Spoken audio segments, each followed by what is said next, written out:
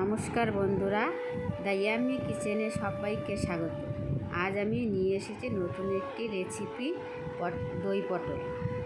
পটলটাকে ভালো করে ধুয়ে নিয়েছি। ধুয়ে নেওয়ার পরে আমি ছালটাকে ছাড়িয়ে নিয়েছি। মিডিয়াম সাইজের দুটো আমি টমেটো নিয়েছি। টমেটোটাকে 4 পিস করে কেটে নিয়েছি। এবার আমি টমেটোগুলিকে মিক্সচারে পেস্ট করে নিয়েছি। দেখুন বন্ধুরা, কি সুন্দর কালার চলে এসছে। এবার আমি একটা কাচের বাটি নিয়ে নিয়েছি। নিয়ে আমি 100 গ্রামের মতো আমি দই দিয়ে দিয়েছি। 1.5 চামচের মতো আমি ধনিয়া গুঁড়ি দিয়ে দিয়েছি। এবার আমি 1.5 চামচের মতো জিরা গুঁড়ি নিয়ে নিয়েছি। এবার আমি 1 চামচ লাল লঙ্কার গুঁড়ি দিয়ে দিয়েছি। এবার আমি দিয়ে দেব কাসুরি মেথি।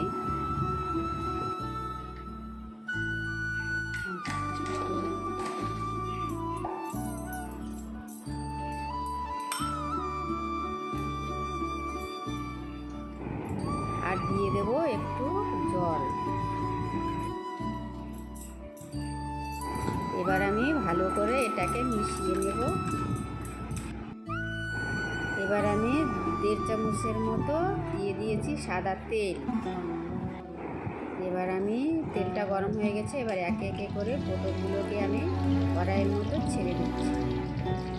এবার আমি একটু পটলগুলোকে নেড়ে চেড়ে নিচ্ছি। নেড়ে চেড়ে নিয়ে আমি লাল লাল করে ভেজে নেব।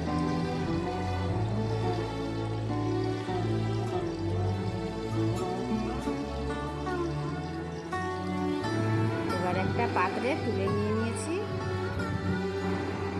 ওই তেলেই আমি এবার দিয়ে দেব গোটা গরম মশলা। এবার আমি 1 চামচের মতো আদা বাটা দিয়ে দিয়েছি। এবার আমি খুন্তি দিয়ে এটাকে নেড়ে চেড়ে নেব। এবার আমি টমেটো পেস্টটাকে দিয়ে দেব।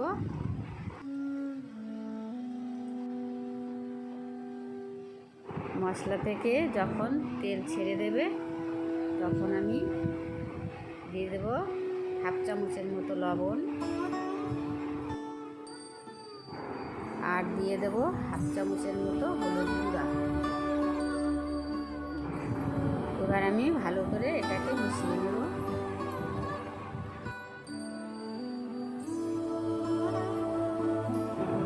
এবার আমি দিয়ে দেব দই আর কাসুরি মেথির মিশ্রণটা। এটাকে দিয়ে এবার আমি ভালো করে মশলার সঙ্গে মিশিয়ে নেব। যদি আপনারা ইউটিউব চ্যানেল থেকে দেখে থাকেন তাহলে সাবস্ক্রাইব করে পাশে থাকা বেল আইকনটি প্রেস করে নোটিফিকেশনটি অন করে রাখবেন, যাতে আমি নতুন কোনো রান্না আপলোড করলে সবার প্রথমে আপনাদের কাছে আগে পৌঁছায়। মশলা থেকে তেলটা ছেড়ে দিয়েছে। এবার আমি পটলগুলো তুলে দেব।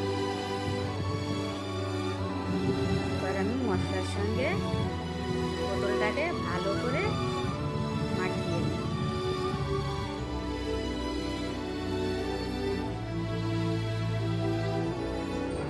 এবার আমি পরিমাণ মতো জল দিয়ে দেব।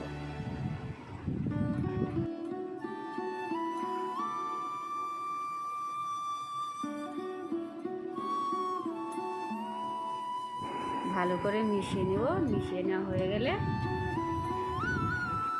এবার আমি ঢাকা দিয়ে দেবো কিছুক্ষণের জন্য। 1/2 চামচের মতো গরম মশলা দিয়ে দিয়েছি। আর দিয়ে দেব আমি ধনিয়া পাতা কুচি।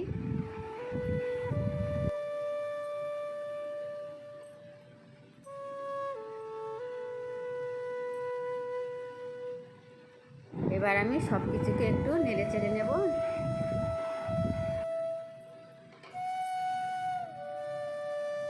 দেখুন বন্ধুরা, আমি নামিয়ে নিয়েছি।